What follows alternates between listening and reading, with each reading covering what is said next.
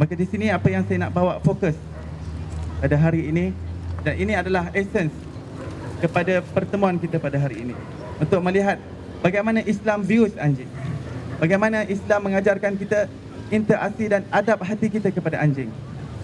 Bahawa Uwais Qarni rahmatullah alaih tidak memandang dan tidak menetapkan dirinya lebih mulia daripada anjing ketika di dunia, kerana segalanya dilihat apabila dia mendapat kesudahan, apabila dia mati. Jika dia mati dalam keadaan yang baik, mati dalam keadaan iman yang benar, maka dia akan dimasukkan dalam syurga. Barulah dia mendapati dan yakin bahawa dia akan selamat dan lebih mulia daripada anjing. Tapi selong dia masih berada di dunia, selong dia masih berada di dunia, jadi tidak tahu bagaimana kesudahan dia, maka dia menganggap bahawa ini sesuatu yang tergantung. Mungkin anjing lebih mulia ataupun dia lebih mulia. Dan juga Nabi Muhammad SAW mengajarkan kita untuk menunjukkan akhlak juga kepada anjing. Suatu ketika dalam peristiwa The Conquer of Mekah, Fatah Mekah, Nabi Muhammad SAW masuk dengan batalion askar, dengan angkatan yang besar daripada askar masuk ke dalam kota Mekah. Dan pada itu Nabi Muhammad SAW melihat seekor anjing betina dengan anak-anaknya di tengah jalan. Kemudian Nabi SAW memanggil para sahabat, wahai sahabat, kamu kepung di kawasan anjing ini supaya askar yang masuk nanti ke dalam kota Mekah tanpa mereka sedar, takut mereka terpijak dengan anjing-anjing tersebut. Maka begini Islam mengajarkan kita, Nabi Muhammad SAW mengajarkan kita untuk berkasih sayang dengan makhluk. Namun dalam kita berkasih sayang dengan makhluk, terutama fokus kita pada hari ini adalah anjing, ada juga hukum hakam dan peraturan yang perlu kita patuhi. Kasih sayang, tunjukkan kasih sayang ada sesuatu yang lain, dan ada sesuatu aspek yang lain yang perlu kita lihat kepada hukum hakam yang telah ditetapkan di dalam Islam. Jadi oleh kerana dalam negara kita, negara Malaysia adalah yang bermazhab Syafi'i, dan mazhab Syafi'i telah jelas menyatakan bahawa anjing itu air liurnya dan juga bulunya adalah najis.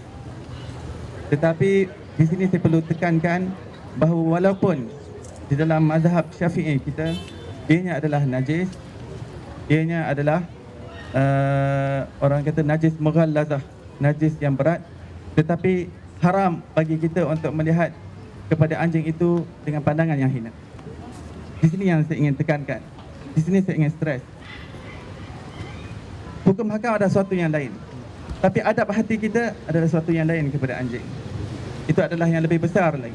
Kalau masing-masing daripada kita mendapat mesej ini dan pulang ke rumah dengan mesej ini, bagi saya ini satu kejayaan yang besar. Kerana kita telah mentarbiah hati kita. Kita mendidik hati kita untuk memandang bagaimana memandang kepada makhluk Allah Subhanahu Wa Taala. Baik dalam mazhab Syafi'i, air liur dan juga bulu anjing adalah najis, dan pendapat daripada ulama bahawa berlumuran, seseorang yang melumurkan tangannya dengan anjing tanpa sebarang sebab adalah sesuatu yang dilarang di dalam Islam. Jika tanpa sebab yang memerlukan, yang menyebabkan, jika dia perlu untuk memegang anjing kerana dia merawat ataupun dia ingin menyelamatkan ataupun dia ada sebarang keperluan untuk memegang, maka tidak ada masalah di dalam mazhab Syafi'i. Tetapi untuk memegangnya secara suka-suka ataupun memegangnya tanpa sebab, maka ianya adalah sesuatu yang dilarang.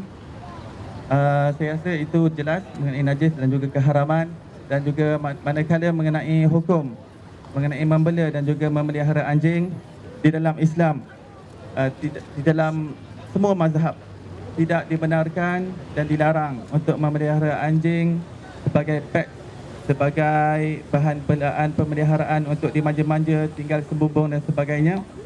Kerana ada beberapa aspek yang perlu dilihat di situ di dalam mazhab, dalam agama, kerana ianya bersangkutan dengan kebersihan. Kerana umat Islam ini, umat Melayu ini sentiasa beramal, sentiasa beribadah, dan agama ini mementingkan kebersihan. Jadi sesuatu yang melecehkan, sesuatu yang berdensam untuk seseorang itu sentiasa mensucikan atau sertu sama. Oleh itu dalam agama kita ada suatu perkara yang dipanggil sebagai warak, iaitu mencermati, berhati-hati dan berwaspada, cermat di dalam kebersihan dirinya.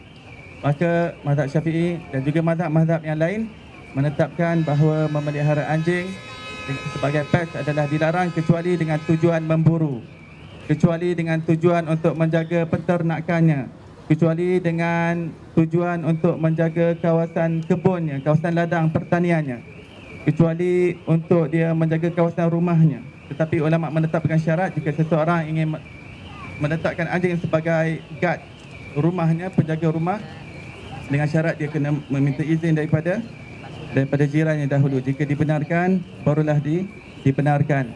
Dan juga perkara-perkara yang lain yang mendesak. Dan ini adalah apa yang terdapat dalam mazhab Syafi'i, dan kita perlu menjaga sensitiviti masyarakat kerana di dalam agama ini bukan sahaja ada aspek syariat tetapi ada dimensi yang lain, iaitu adat dan juga budaya. Adat dan budaya juga mempunyai kedudukan di dalam Islam. Jangan kita fikir bahawa adat dan budaya ini kita tolak secara total. Tidak.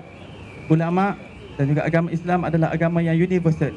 Setiap tempat ada adat dan budaya masing-masing. Lihat bagaimana Nabi Muhammad SAW ketika dibawakan kepadanya biawak pasir yang telah digoreng, yang telah dipanggang di suatu tempat.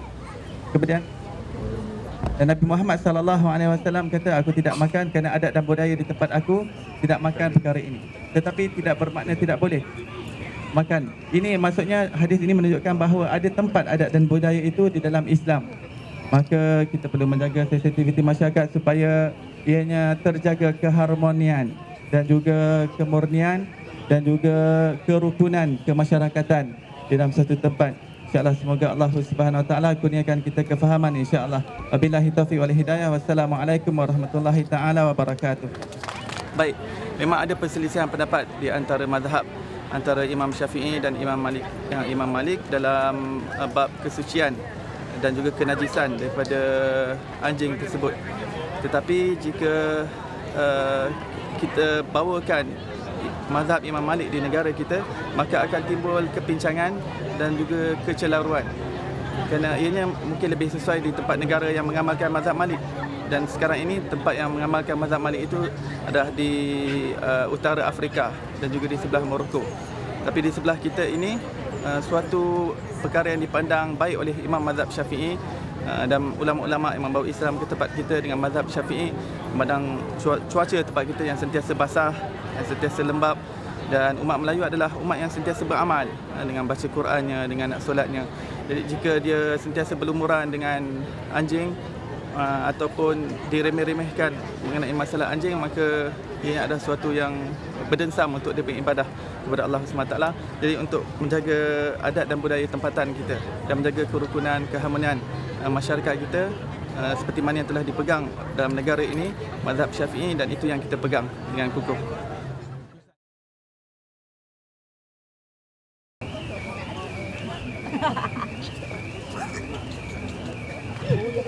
Bismillahirrahmanirrahim.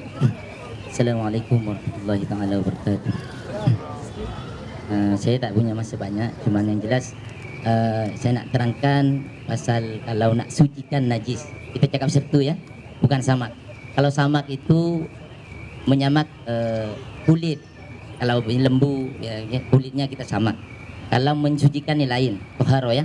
Jadi mensucikan atau kita kata sertu itu caranya dalam Islam. Kalau kita terkena najis anjing tadi ya, contohnya kena kencingnya, kena liurnya, kena kotorannya atau bulunya, masa kita basah.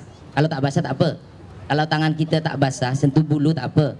Tapi kalau kita basah, tersentuh dengan bulunya itu, maka kita kena sucikan juga. Jadi cara menyuci dia dalam Islam 7 kali basuh. 7 kali basuh, salah satunya dicampur dengan debu. Ya, salah satunya campur dengan debu. Oke. Cuman sekarang ada soalan. Boleh tak sekarang pakai sabun? Sekarang dah ada sabun kan? Boleh tak? Jadi dalam hal ini ulama ada 3 pandangan. Yang pertama katanya tak boleh pakai sabun. Dia harus wajib memakai air debu juga. Oke. Kemudian yang kedua, dia boleh pakai sabun. Pandangan kedua. Pandangan ketiga, dia boleh pakai sabun kalau tidak ada debu. Misalnya di pesawat yang tak ada debu kan. Nah, dari mana? Jadi itu ada 3 pandangan. Yang pertama wajib debu, yang kedua boleh dengan sabun, Yang ketiga adalah apabila tak ada debu baru boleh dengan sabun. Cuman kalau mengikut fatwa di sini boleh menggunakan sabun asalkan campuran sabunnya lebih banyak tanah liatnya. Wallahu a'lam, saya tak tahu cara buat sabun tuh.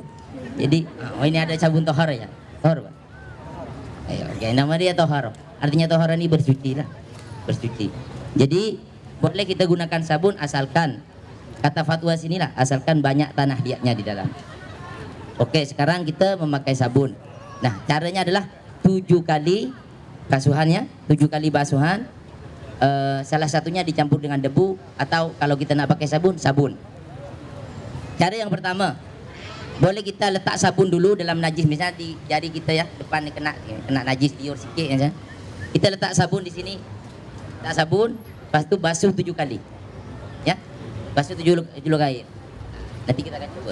Kemudian lagi atau kita basuh 7 kali dulu dengan air. Ya, basuh dengan air 7 kali.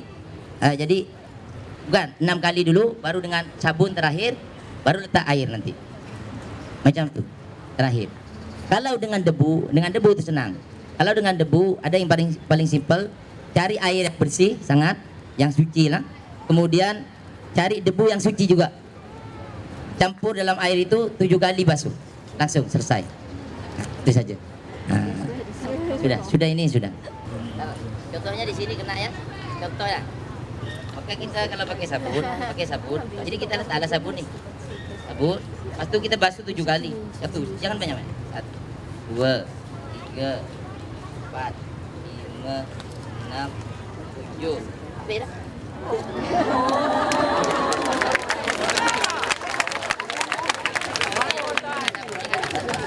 Okay, saya sebutkan balik. So basically, if Ustaz, just pusing belah sini Ustaz. Belah sini tak nampak lah, merajuk dah. Okay, so sabun tu awak sentuh satu jari, sapu je sabun tu, kemudian kira 1, 2, 3, 4, 5, 6, 7. Mengalir. Air yang mengalir macam tu 7 kali. Tak payah gosok? Kena gosok kalau sabunnya masih ada, kena gosok. Kalau sabun ada, kita gosok sampai sabun tu dah habis buih lah. Yang jelas 7 kali. Yang paling penting 7 kali. Kita mengikut cara 7 kali. Itu je, cara 7 kali. Tak susah. Atau sabunnya last. Kita 6 dulu. 1, 2, 3, 4, 5, 6. Okey, tak dulu. Tadi letak sabun dulu. Jadi kemudian letaklah. Lepas tu dah dapat Usahakan sabun tu habis. janji sabun habis. Jadi sabun dulu atau sabun last tak ada problem. Sabun dulu atau sabun last tak ada masalah. Ini kalau sabun. Kalau debu, maka kita ambil debu suci, letak dalam ni 7 kali senang habis. Kalau debu, kalau soil or tu just masukkan dalam botol air.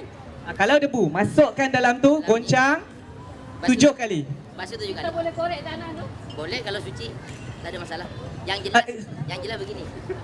Benda di sini punya air liur kan. Hilangkan dululah. Kalau ada air liur, buangkan dulu air liur tu, baru start proses yang 7.